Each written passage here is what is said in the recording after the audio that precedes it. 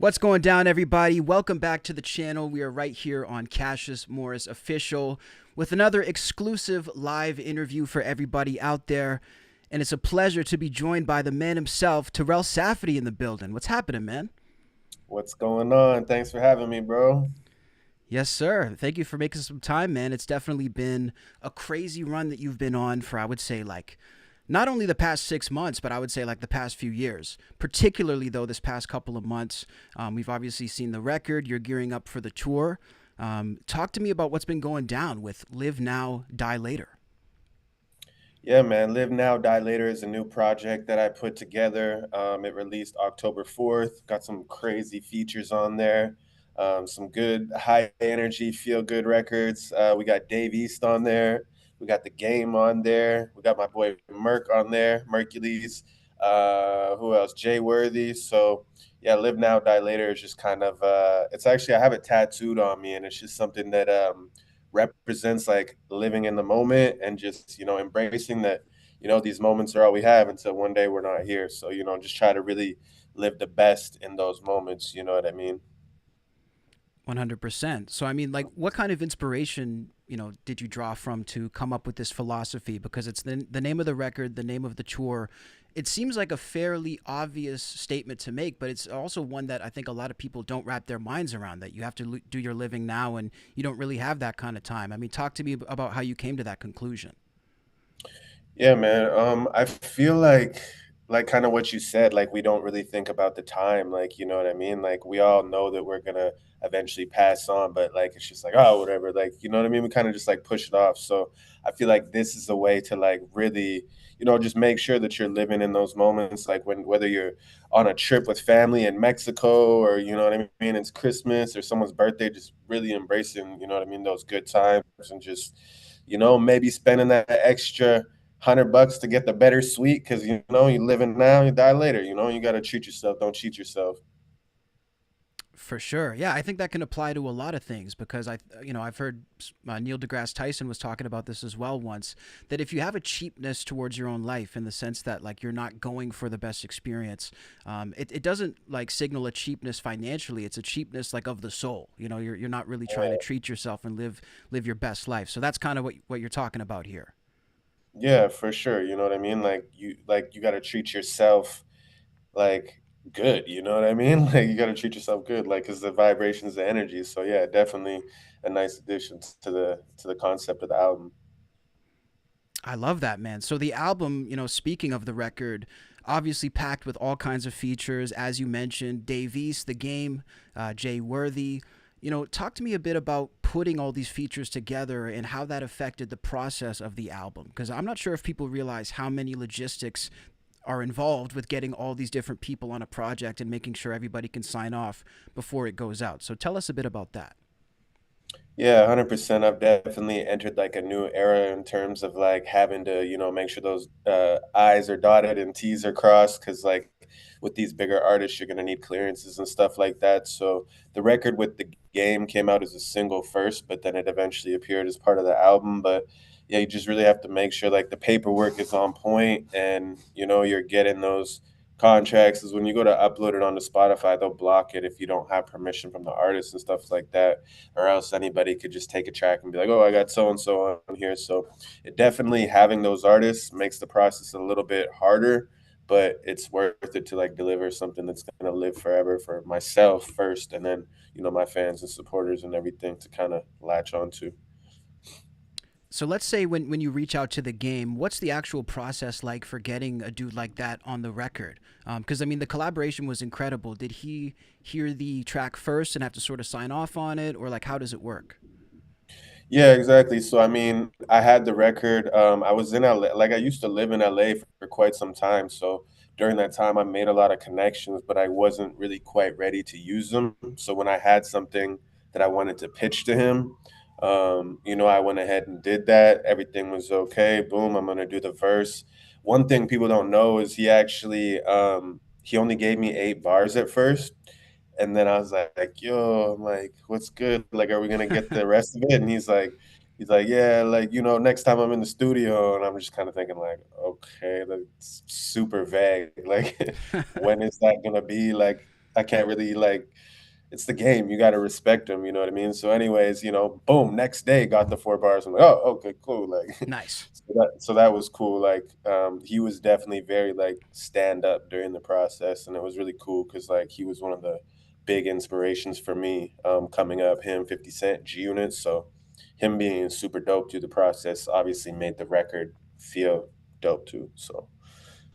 No, 100%. You feel that involvement from those guys, and it kind of feels like they're not just trying to collect a check. Because I've heard some really bad features from super prominent artists, and it's almost like I'm scratching my head. Like, how do you not care about this when you're putting your name on Right. it?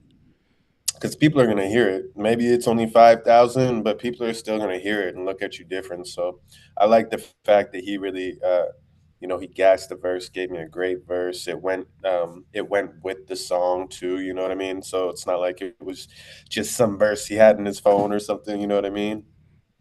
Exactly. So you mentioned being out in LA. Obviously, you're out of Vancouver, Canada. What brought you to Los Angeles, and how long were you actually out there? So what it originally brought me to LA was I went to production school at SAE on what was it, Santa Monica Street. So I was doing like an engineering music business course that lasted like I think it was like 6 or 7 months, or 6 months actually, sorry.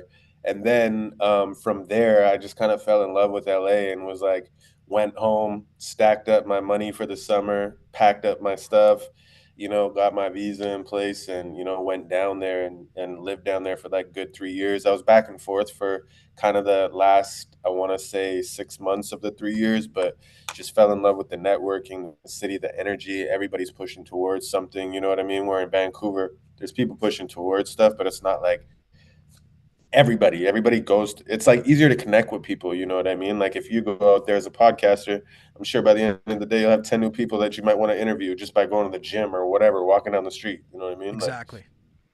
That's the thing. It's so different in those major hubs, and I'm out here in Edmonton, so I can completely relate. To me, Vancouver is even more of a hub than where I'm at.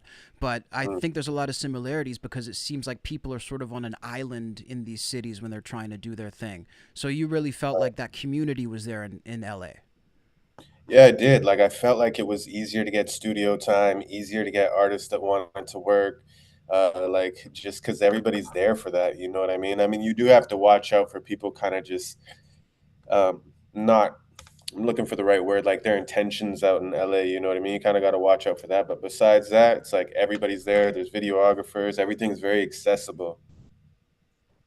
Do you feel like there's a lot of people who will try to get in your way when they see you coming in, especially from a different city? And because the one thing I've heard from a lot of artists when they do relocate is they feel like people will sort of point them in the wrong direction, almost to kind of keep them distracted and keep them busy so that they're not as much of a competition to them. Has that been something you've ever experienced?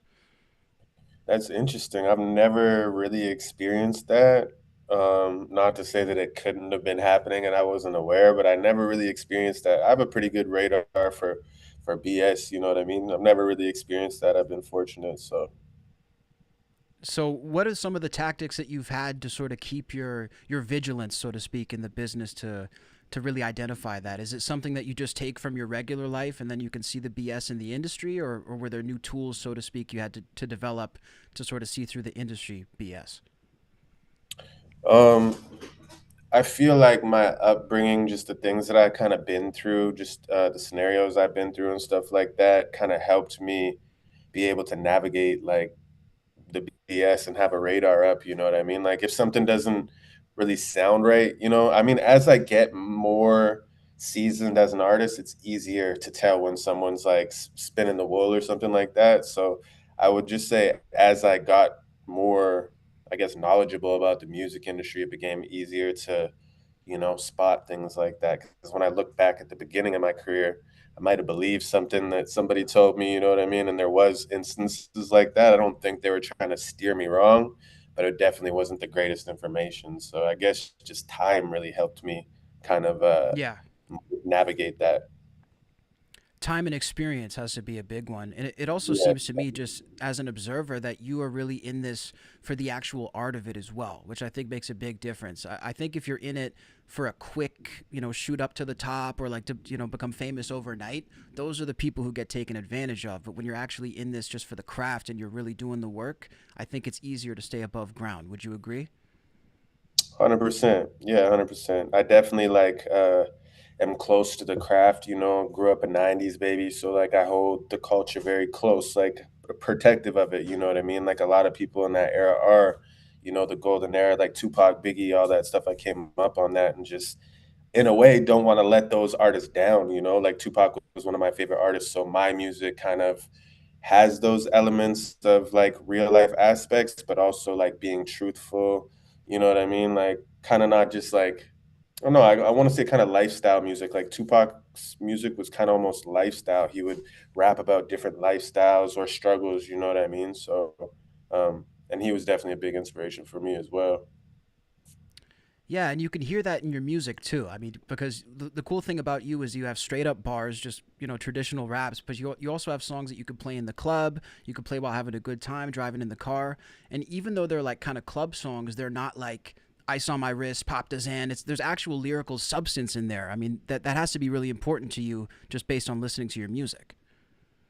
Yeah, it is. And thanks for noticing. I try and make sure like if I am gonna dabble like with, a more popular club sound, I don't want it to just be like mindless stuff. I still try and throw some bars in there for like the hip hop heads like yourself, you know what I mean? And it just makes it more interesting, Like I don't know, that's just my writing style. So while I do like new drill stuff or different genres, I'm still keeping the essence of the writing, the bars, like you mentioned, making sure that's in there. You know what I mean, and not just like Zen, ban. You know what I mean? Like, That's it. We've heard it all before, right?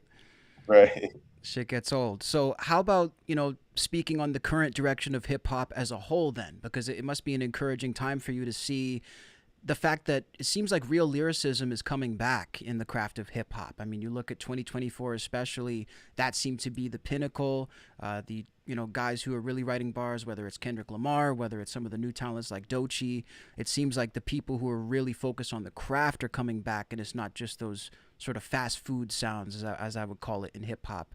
Mhm. Is that something that you've noticed? And if so, what does that mean to you as a rapper more in that lane? Honestly, yeah, I have noticed that. Like in the past couple weeks, I would say like this chick came, this like, sexy black chick came up in my timeline. And she's like, boom bap is back. She I takes saw us that like, too. you saw that? And she I saw cooks up that. the sample. I'm like, oh, I'm like, it's back. Let's go. It's So insane. I love it, man, because it shows that people care. Because like for a while, I was like, dang, like no one cares about the genre anymore. Like everybody just wants to get rich and move on. And if I was one of those people who just wanted to get rich and move on, I would have stopped doing music a long time ago. But I do care about the craft and the culture, and I love that resurgence of like the boom bap bars, like that old school feel is kind of coming back because that's a definitely an area where I can shine. So I'm definitely gonna dabble in that lane with some freestyles. I really love Dochi. She's crazy, bringing the real authentic energy back to hip hop and coming from a black female. It's super dope as well. Yeah, it's really interesting to see how the tides are turning, and the weirdest thing to me too is how fast it happens. I don't think we've seen in any other genres like the evolution that happens as quickly as it does in hip hop. I mean, as a rap artist, is that something that's hard to follow, or is it like I just ignore what's going on over there and I do my thing over here? I would say there's a bit of that, the ignoring and doing my thing over here, but I still like to participate and see what's going on with the genre. But um, yeah, I wouldn't say like I ignore it fully, but I definitely try and stay in my own lane while, taking up bits and pieces, inspirations from here and there. I love that. Now, in terms of monetizing your music, this is something that I think a lot of people struggle with, and a lot of people struggle with even picturing, the fact that they could start to monetize their creative work.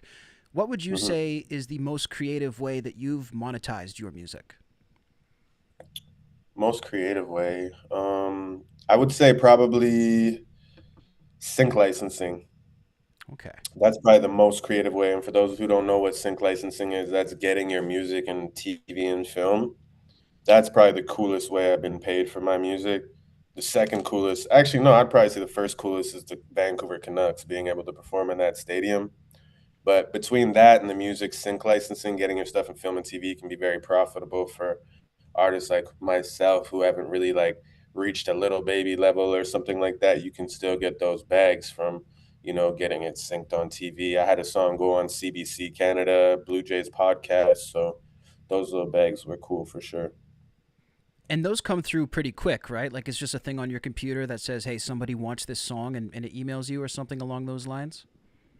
Yeah, so that's one part of it. I do have a couple sync companies I'm signed up for that do it like how you just explained, and then you like kind of submit. They give you like a reference track. You submit something that you have that's close to it. But I got mine actually, luckily from them reaching out, which was super cool. Nice. Okay. And that's huge. And you mentioned the Canuck stuff as well. For anybody who doesn't know, you performed 4 different times during Vancouver Canucks games, which is absolutely huge. For anybody who's not privy to it, maybe if you could tell them like the little background on Black, Red, Yellow, and the significance of that to Vancouver. Right. Black, Red, Yellow was a remix I did of Wiz Khalifa Black and Yellow. I did it about our old school Canucks colors. It took off, it blew up, wore the video in the jersey, or sorry, wore the jersey in the video. And it just went viral. They posted it up on their website. That was some years ago, like probably like 10 years ago now. And then they started bringing back the vintage jerseys, had me out to perform for the jersey night when they're like re-releasing the jersey, so they want me to come perform the song. And it was just amazing. Like you mentioned, got to do it 4 times. Had my daughter in there all 4 times. We get seats, get taken care of very well. And being from BC, you always see everybody wearing Canucks jerseys. You're at family gatherings. The Canucks are just everywhere. So it's like the biggest thing we have here. So to be included with that is like it's a blessing. You know what I mean? For sure. And especially as somebody from BC, that must have been a crazy experience the first time you went up there. It was the first time they really acknowledged me. They played the old video on the jumbotron. They invited my Wow. mom, me, my daughter, like showed me on the jumbotron with them beside me, with my name. So it was like a proud moment, me with my family. You know what I mean? Like the family name, we all have that name. So yeah, it was very, very blessed feeling, grateful for that, and representing for BC and Vancouver. Now, speaking of personal life, obviously we've talked about a lot of lessons you've learned in terms of the actual music business itself. Now, I want to ask you, what's the biggest personal lesson you've ever learned from being in the music business? Something that you could relate to your actual day to day life?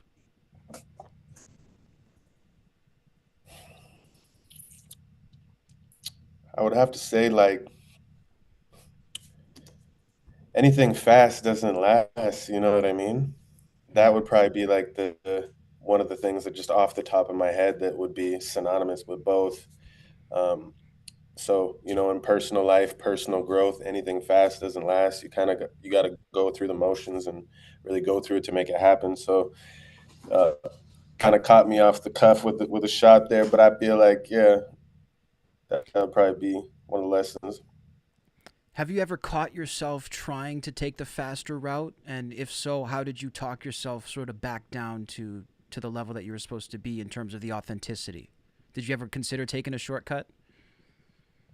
Yeah, there's lots of artists who kind of I don't like sell your soul isn't really the best word, but they just don't care.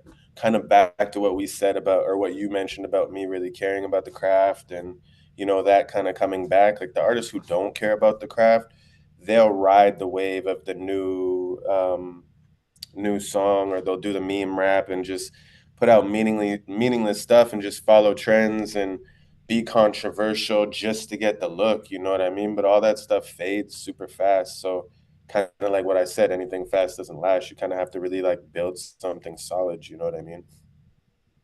For some people Exactly, it's man. longer than others. Yeah, I mean, I look at some of these streamers who a year ago I was like, man, I wish I could have switched place with this guy, and now they're completely irrelevant, and guys like you and me, we're still here. So I think it's, again, it's very encouraging to see that that season of creativity seems to be coming back. The longevity seems to be emphasized, which is just like a massive thing. Yeah, I love it. I'm happy, like, in fashion, trends come back around, we see all the '90s trends coming back, so it's dope that the '90s music trends are coming back and people wanna get back to that real, root of hip hop. Because I know we all kind of been watching hip hop like, "Man, like, is this genre dying? Like, what's going on?" So, it's cool that the new young generation really wants to get back to that and. Yeah, no, it's super encouraging. So I have to ask you this. It's almost unavoidable. When we look at 2024, there seemed to have been like a West Coast USA sort of versus, I'm not going to say the whole Canada, but it was like West Coast states versus Canada type of deal with the whole beef going on. Not getting into the beef, but as somebody who is from the West Coast of Canada, who obviously grew up on the Los Angeles sound, what was that experience like for you? And what's your observation of that sort of situation as a Canadian artist? Sorry, can you repeat the first part of that? Sure. So basically, like when we look at the Kendrick versus Drake beef, above the beef, it was really Yeah. like West Coast USA sort of versus Toronto versus Canada. A lot of Mhm. conversation about Canada not being valid in the conversation of hip hop, Mhm. which I think is totally untrue. But how do you feel about sort of this discussion as a Canadian artist? I didn't like it at all. Of I didn't course. like the fact that, it became like a USA and Canada thing. That was kinda what a one of my whole things that I didn't really like about it, and that I was trying to, push on the low to Canadian artists that thought it was cool to, like, stream Not Like Us and stuff like that, I'm like, "Hey, you realize if you go down to LA or these places, like, it's like, it's gonna be a clash. 'Oh, hey, I'm Canadian.' They but they not like us." You know what I mean? So, like, I saw something that became more than a rap beef that I didn't really like, It became more than just 2 MCs. It kinda I felt like, honestly, I got dragged into it in a roundabout way just being a Canadian artist, you know what I mean? And I didn't like that it tried to kinda make, Canadians seem like less valid or less black even, you know what I mean?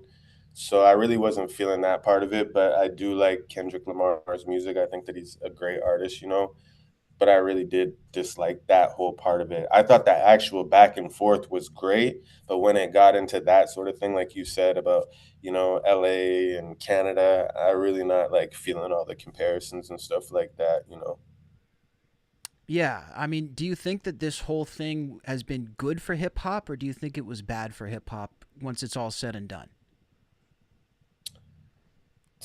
I would that's a good question. I would say it's probably good because it did, put us on a pedestal and it just shows how much hip hop can grab your attention, you know what I mean? Like it's just like, Kendrick's playing the Super Bowl because of it and hip hop kind of gets to shine again. I'm not crazy about that message getting out there on the Super Bowl, but cuz in a roundabout way like you talked about, it's coming for Canadian artists, I feel personally, and it's like what makes you able to say these things just because you're born in a place that you were you know what I mean? You're born in a place that technically you're not even actually from when it comes down to it for black people, you know what I mean? So what are we talking about?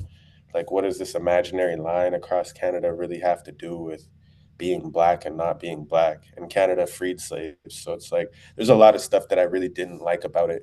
So it's like Kendrick Lamar could have ancestors in Canada for all he knows. Think about how many hundreds of thousands, you know what I mean, or thousands of hundreds black people that came up here that have relations to people in the states still. So it's like, what are we really talking about? So That's a great point, man, for sure. Because I do feel like that's the majority of like where this came from, and it's been something that's been bubbling in hip hop so long. This undertone about race, this undertone about color, and it seems like it's finally just blew out, blew out of the roof, so to speak. Because that's what happened with everything in 2024. It seems like everything just came to the surface. But yeah, I right. mean, I agree with you, man. It's two incredibly talented artists. Now, where do you think this ends? Like, do you think when Kendrick comes to Toronto, there's going to be issues? I know Rick Ross came to Vancouver. He had a bit of trouble. Would you like to see this just be finished, or do you think that there's still more coming in this whole scenario? I definitely want it to be finished because, like I said, it kind of became more than a rap beef. Families got involved. I just read something where like Drake had to take his son out of school. Like at that point, it's like it's too much, man. It's supposed to be music. Like it's getting more than that. Like Drake's house is getting shot up. there's violence happening behind it. Like, we don't want to see another Tupac and Biggie. I'm pretty sure I'm speaking for anybody who's, what I mean, a fan of hip hop. Like, we don't want that. So, yeah, I think that they should just kind of leave it alone when he comes to Toronto. But at the same time, it's like, why poke the bear? Why would Kendrick even do that? You know what I mean? But Adding extra shows is crazy too. adding extra shows is wild. So I yeah, guess we'll we'll see what find out. happens. I hope it stays peaceful, man. Like there's no need for all that. And what's crazy about the Drake thing, what I will say is like people claim that he took the L. That's fine. I'm not gonna say who won and lost, but it's like Conor McGregor, for example, like he's taken losses and no one's blown it up like this big. You know what I mean? It's like Mike Tyson's taken losses, no one's blown it up this big. Like it's like you can still continue on if you took a loss in the battle. So I don't like how the like people are like, oh, he's done, he's done. It's like, bro, the greatest fighters, greatest anybody, they lose. You know what I mean? Like Muhammad Exactly. Ali, I'm sure, except for Floyd Mayweather, but you know what I mean. All the best boxers, they take a L. They're still the greatest. You know what I mean? So I don't like how That's they're it. trying to make it like, oh, he took the L in the thing, so he's done, and he's not the bro. Come on, don't act like you weren't in the club. You know what I mean? Exactly. Dancing, And don't act like this dude hasn't been rapping since 2006. I mean, that's right? the thing to me that it's like where's the appreciation? And I don't Hmm. care who it is. If there's somebody in a space who's carrying that space representing their country for that number of years, it's kind of a laughable debate to be like, "Oh, well they haven't proven themselves." You know what I mean? And it's not something that we really see. So, yeah, that's a good point that you're making, man. Hmm. I like it, dude. So, before we wrap up, I'm curious writing your own raps. This is another big debate that's been, raging through hip hop since the inception of it. Do you write all of your own raps, and do you feel like that's a really important part of being a rap artist? Like, is that essential to being a real hip hop artist, so to speak? Yeah, 100%. I do write all my own raps. Excuse me. I also write like for other artists, like on a hook or something like that. It's definitely essential to being like a hip hop artist. If you're gonna say that you're, a hip hop artist, that's what you do. You need to be writing your own raps. If you're just an artist and an entertainer, hey, do what you want to do. But if you're a hip hop artist, like that's your main art form, you have to write your own music because that's what hip hop is. You know what I mean? Drake, he's an entertainer that uses the form of hip hop. He evolved. You know what I mean? So it's like Drake got himself here off of his pen. So me personally, I don't mind if he's in the room with the best songwriters trying to make a number one hit, and he might use a verse from this guy. It's like he's already proven himself. We know what he can do. He's approaching the game from a whole different standpoint. You know what I mean? So I kind of understand that, and I don't mind it. Like when I hear, Drake doesn't write his rap. I know for a fact half like most of the stuff we heard at the beginning, he was writing, bro. Like that's how he got signed. Like, That's so it. if he wants to make his number one hits with his hit makers and his songwriters, I'm not mad at it. You know what I mean? Because he got here off the art form and evolved to a global pop star, and that's what you have to do. You know what I mean? When you're at Yeah. that level. I find it funny too, like the different rules for different rap artists, because it's like we all know, for example, Travis Scott has 100 writers. You look at Mm, Kanye's credits; he's got 20 writers on a song. Nobody right. has an issue with that. But then certain artists will come along and use a writer on one hook or one track, and everybody loses their minds. Do you think it's just a scenario of like a guy like Kanye just has such a great discography that no rules apply to him? Is there like favoritism in rap? Do you think? 100% there's favoritism, and that's why Kendrick, they say, won the battle. You know what I mean? Like it's like a fixed fight. You know what I mean? Like essentially, people don't want to believe that Drake could beat Kendrick. You know what I'm saying? So it was fixed. But yeah, It's a whole fixed scenario. I love yeah. it. So yeah, man, gearing up for the tour. Live Now, Die Later. You're going to be kicking it off February 27th in Victoria, BC. A lot of work going into this, man. I know you've been working on pretty much end to end, like every single thing to promote this tour to make it happen. What can people expect when they come to see you live, and sort of what have you really put into this to make the tour a reality? Lot of long days, a lot of long nights and early mornings. Shout out to the team for locking in with me on it. You're gonna expect a lot of energy, like you mentioned before. I like to do club stuff, so I just at my live shows, I like people to be dancing, moving, having fun, vibing, turning up. So, I might jump in the crowd and bounce with you guys, but we're definitely gonna have fun. I like, chilling at the merch table after my shows and meeting people and, having a drink or two before we pack it in. But it's been a lot of work. Like you said, February 27th, we're kicking it off. Victoria, bringing the energy to your city. Yes, sir. It's going to be huge, man. I'm going to try to make it out on March 8th to check you out here in Edmonton. I think it's going to be phenomenal energy. And we encourage everybody to go and check out Terell Safadi on the road. We're going to drop all of his social media links down below in the description. And Terell, I really appreciate it, man. I've been watching what you're doing for a long time. You're making the country proud, and it's awesome to see somebody going out there and grabbing it, man. Appreciate it, bro. I've been seeing you grinding and doing your thing in New York too. So salute, man. Hopefully see you on the 8th. You want some guest list? I got you. You can bring whoever you need to. Appreciate it, bro. We could do a part two or something, an on location type of deal. Let's go. Awesome, brother. Sounds great, man. Thank you for your time. Yes, thank you too, bro. Talk soon.